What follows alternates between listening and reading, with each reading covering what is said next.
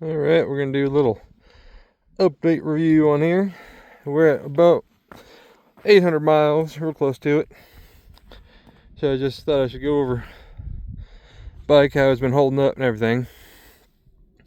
I did have to get new handlebars. I was riding through this boulder field and I was going over big rocks. It was bigger than that. It was stuff I should not have been riding over, and I was going too fast, and I had the tire at like 25 psi something, and it smashed it to the rim and it popped the back tire, and it took me a minute before I even noticed it. So I actually dented the back rim a couple times,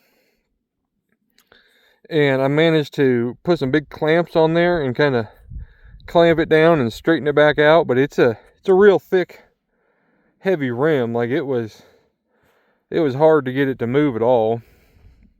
So I'm surprised it was even like really bent to begin with, honestly.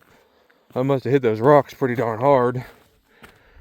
You can see I hit a rock coming up here and the tire squished down, but I got, a different tube in there. But while I was waiting for the tube, I had it sitting up on a jack, and the jack bled off and the bike fell over and it broke the handlebars. The original handlebars, they're aluminum, but it snapped like right here, and because the bike just fell over and just all the weight straight on that handlebar. So that was a $30 pair of handlebars got for it. They're steel and they work just fine. It's just regular dirt bike handlebars, and the screen, I was able to mount it down here instead of up here. So it worked out. And then the only damage it took, if you focus here, it scuffed that, and then it did that, but it doesn't affect the throttle, so that was all fine. And that's really been about it, besides the original chain wore out after like a few hundred miles. So I got a chain from Walmart, and that chain lasted one ride, and it was going bad, started locking up. And after like a couple rides, the chain started popping apart. So I got a size 40 roller chain at Tractor Supply, put it on there. It's the same size as the bike chain, it's just 1/4 inch wide instead of 1/8 inch wide. And something I'll point out here is the back sprocket rides on the left side of the chain and the front sprocket rides on the right side, because I'm pretty sure the back is squeezed in a little bit farther than the front is. So you can see the sprockets on the inside here. Yeah, it's on the outside here. So it helps the chain to line up straighter, I guess, but point that out. And then yeah, everything else has been holding up just fine. The bushings here are kind of blown out. Should probably replace those. And then I put the nylon washers in here. I took this off, and then I had to hammer these apart a little bit, and I got the nylon washers in there and put it all back together. I also put a thing to protect the cables on here, so because it just moves and I don't want it to wear through it or nothing. And yeah, I've been riding up here. The motor, it's getting pretty warm. It's like on the verge of about to burn you. But I've been pulling up this mountain. I came from way down there, and let's see, I'm still at like 3 out of 5 battery bars, if we can even see it here. Here we go. And now it's saying 4.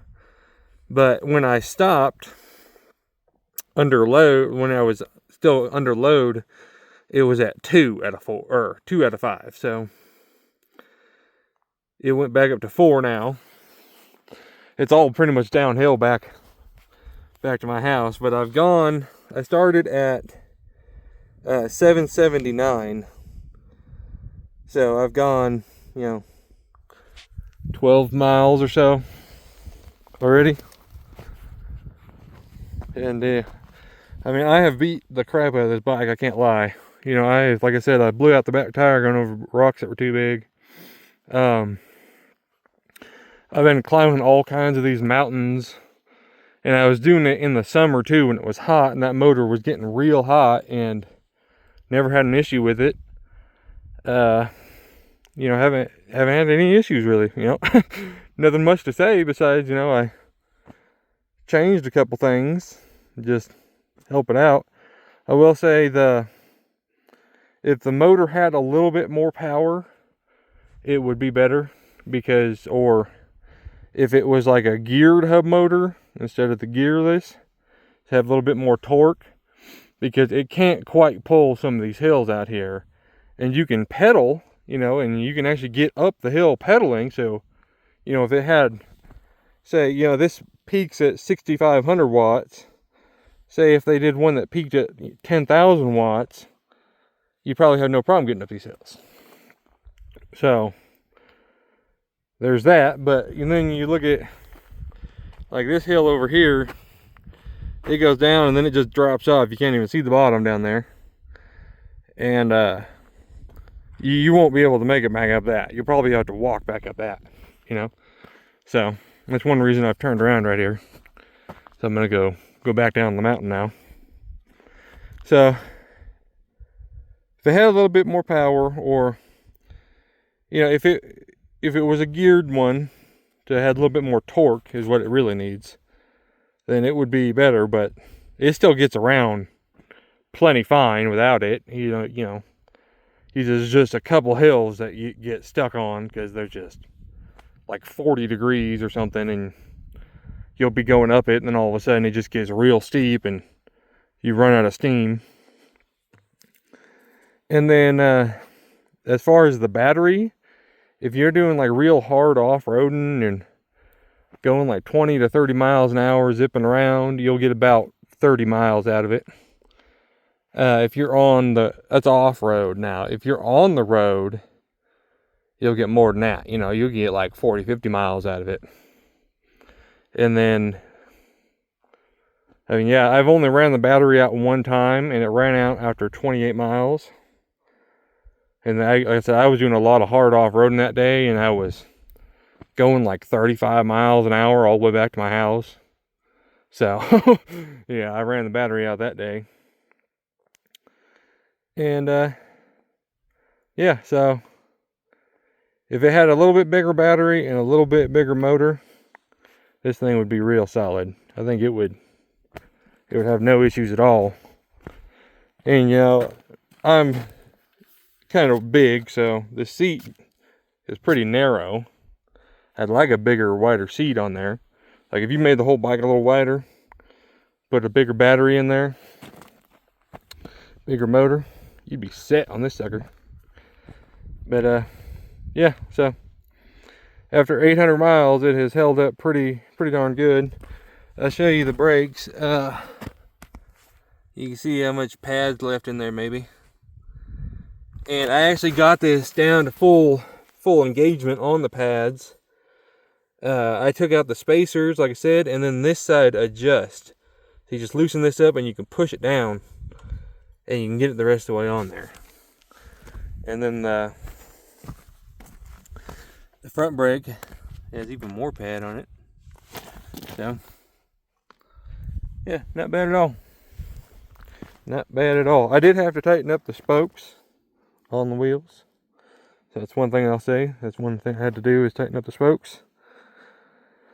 Yeah, that's pretty much it. It's a pretty solid bike.